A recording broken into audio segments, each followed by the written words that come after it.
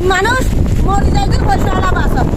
চট্টগ্রাম মহানগর এর বাইজিদ থানাধীন মাঝিরগোনা এলাকায় বাড়ি বর্ষণের ফলে ক্ষতিগ্রস্ত প্রায় 100 শতাধিক পরিবার।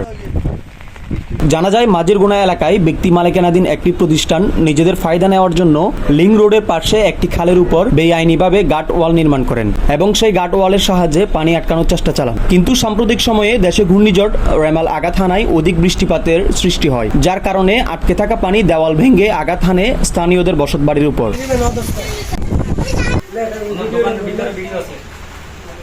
জানা যায় উল্লেখিত সেই খালের গতিপথ না বদলালে এই অঞ্চলে কখনোই এত বড় ক্ষতি হওয়ার সম্ভাবনা ছিল না। অধিক পানির চাপে বসতবাড়ি সহ ক্ষতিগ্রস্ত হয়েছে বেশ কয়েকটি দোকানি এবং খামারি। এলাকাবাসীর দাবি এই ক্ষতি প্রাকৃতিক নয়, এই ক্ষতি ব্যক্তি মালিকানাধীন সেই প্রতিষ্ঠান দ্বারাই হয়েছে তাদের। তাই প্রতিষ্ঠানের মালিকের কাছে ক্ষতিপূরণ চান ক্ষতিগ্রস্ত পরিবার সমূহ। আসলে ঘটনা হচ্ছে, আমি আজকে এলাকায় এই ঘরে 17 বছর দীর্ঘদিন ধরে এখানে থাকতেছি, কোনো সময় এরকম পানি দেখিনি। বাট এখন ওই যে এখানে কিছু প্লট উঠছে, প্লটগুলো আগে যে একটা পানির নল ছিল, জায়গা ছিল, ওই জায়গাটা তারা ব্লক করে দিছে। ব্লক করে দেওয়ার পরে এখন মনে করেন যে ওয়ালগুলো দিছে, ওইখানে একটা গ্রেট বিমও দেয় নেই, টানা বিমও দেয় নেই। এখন ওয়ালগুলো দিছে মানে আপাতত খালি দখল করার জন্য ওয়াল তুলে দিয়েছে। দেওয়ার পরে এখন পানি যখন ওইখানে বাঁধের মতন হয়ে গেছে, ওই পানির ভিডিওগুলো আপনারা নেন তখন বুঝতে পারবেন বাঁধের মতন হয়ে গেছে। এখন পানি তো আর কেউ ধরে রাখতে পারে না। ওই পানিগুলো মনে হয় ছুটে আসে আমার দোকান ঘর, এখানে ভাড়াটিরা সবাই আজকে সকাল থেকে সবাই না খাওয়া অবস্থা। আপনার না খাওয়া এটা তো বড় কথা না, ছোটো বাচ্চা বউ ফুলা নিয়ে আমরা কই যাব?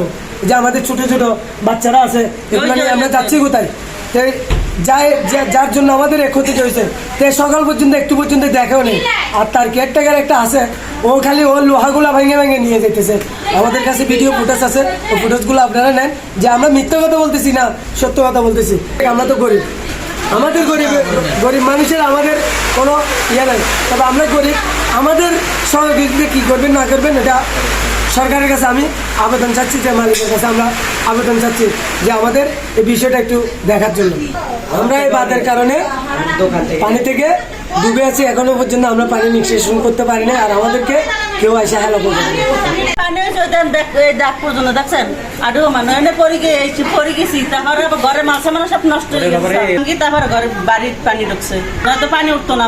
শুধু ওয়ালের কারণে ভাঙ্গি, তারপরে ছাটার আমাদের এখানে রাত মারি ফেলাই, ওরা ওয়াল তুলে ফেলাই। আমরা রাত্রে হলে পানির জন্য ঘুমাইতে পারতেছি না, ফাঁক করে খাওয়াইতে সময় পাচ্ছি না। বাচ্চা কাচ্চা নিয়ে থাকার খুবই সমস্যা হতেছে আমাদের। আমরা এবার বলি কিভাবে থাকবো।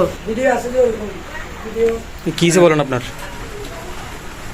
আমি এখানে বিগত 4-5 বছর ধরে ব্যবসা করতেছি, আমার কোনোদিনও ক্ষয়ক্ষতি হয় নাই। আজকে এখানে একটা গ্যারেজ বিল দেওয়ার কারণে এখানে বার্তা আসে, আমার দোকানের অনেক কিছু আমার ক্ষয়ক্ষতি হয়েছে।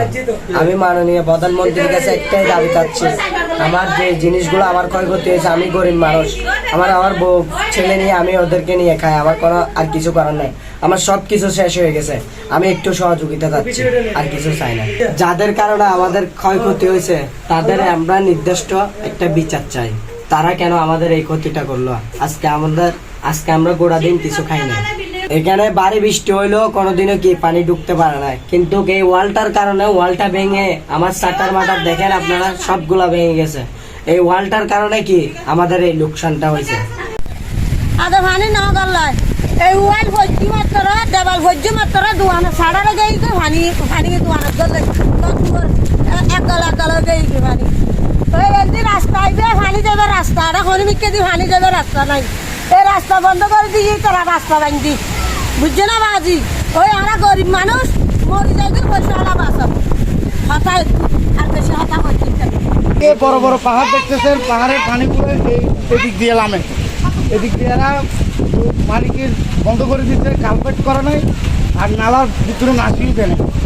তার কারণে পানি ফুলে বাড়িঘর ওদিকে ডুবে গেছে, আর এদিকে এগুলো ভাঙিয়া সব ধ্বংস করে এনেছে, দোকানপাট সব। মেজবা উদ্দিন ইমন, JL নিউজ, চট্টগ্রাম।